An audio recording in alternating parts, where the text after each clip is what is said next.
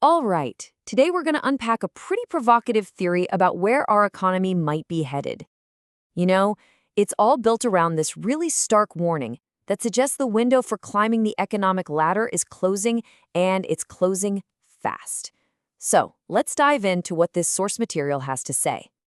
And it all kicks off with this. Wow, this is a really powerful statement, and it's attributed to Elon Musk. I mean, this isn't just some casual guess about the future. It's a huge, high-stakes claim that by the end of this decade, AI and the way our economy works could literally create a permanent class divide. It's a heck of a hook, so let's dig into the thinking behind it. So the source, they're not pulling any punches. They frame this as a final warning. And as you can see, they're talking about a 5-year window. The core idea here is that we're living in the last few years where an average person can actually make a big leap, change their economic class before that window just slams shut for good. Right, so in this view, 2030 isn't just some random date on the calendar. It's a line in the sand, a potential point of no return. The whole argument is that these incredibly powerful forces, especially AI and the whole concept of owning assets, are changing the rules of the game completely. So let's break down how this is all supposed to work. And that brings us right to the heart of this whole idea, the K-shaped divide. Now, you've probably heard the term K-shaped recovery thrown around, especially after a recession. But what does it really mean for all of us if that becomes our permanent reality? What does this K-shaped future actually look like? Okay, so here's the key thing to get.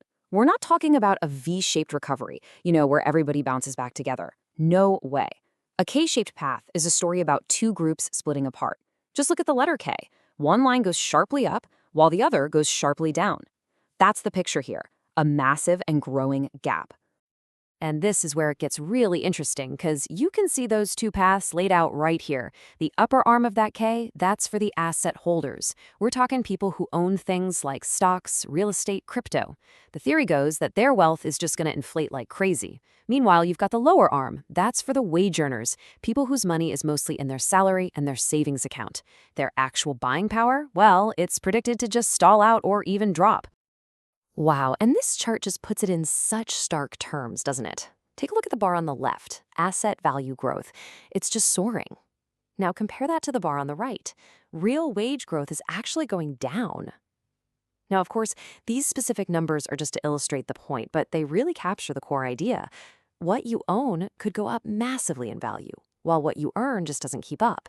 That is the divide in action. So you might be asking, what's the big force dragging that bottom part of the K downwards?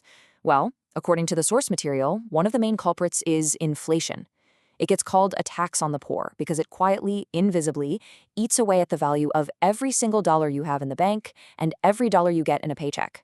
But for people who own assets, well, inflation often just means the price of their stuff goes up. All right, so we've covered the what, this idea of a huge K-shaped divide. But now we got to get into the how. How is this actually happening? This next part is all about the engine that the source claims is driving this whole process and widening that gap every single day. So the theory lays out this inequality pipeline, and it's pretty straightforward. You can see the 4 steps right here. It starts with new money being created. Step 2, that money has to go somewhere, and it mostly flows into financial assets, which pumps up the prices of things like stocks and real estate. And that leads to step 3, the cash in your pocket and the wages you earn are now worth less, they're devalued. And the final result at the end of the pipeline, that K-shaped wealth gap gets wider and wider. And all of that, it leads to a pretty shocking conclusion. The idea is if your assets are growing fast enough, work kind of becomes optional. But if all you have is a wage that's losing its buying power, it gets harder and harder just to get by, no matter how much you work. It really paints a picture of 2 totally different worlds. Okay, so with a prediction that bleak, you'd hope there's some advice, right? Well, the source doesn't just leave it there. It lays out a very specific action plan for anyone who wants to avoid getting stuck on that downward path of the K. Let's break down what it suggests. And here they are, the 3 big recommendations. First, buy assets. Get things that are likely to go up in value. Second, learn high-value skills that are tied to AI, so you can actually thrive in this new economy. And third, and this one is pretty controversial, it says to stop hoarding cash because it's just going to get eaten away by inflation. So when you boil it all down, the entire strategy is about a massive shift in how you think. It's about moving from being a wage earner, basically trading your time for money on that hamster wheel, to becoming an asset owner, where your money starts working for you. According to this theory, that is the only way to get yourself on that upper path of the K. And that really leaves us with a huge question to chew on. Are we really looking at a future that's just a K-shaped trap, one where the door to opportunity is about to close for good?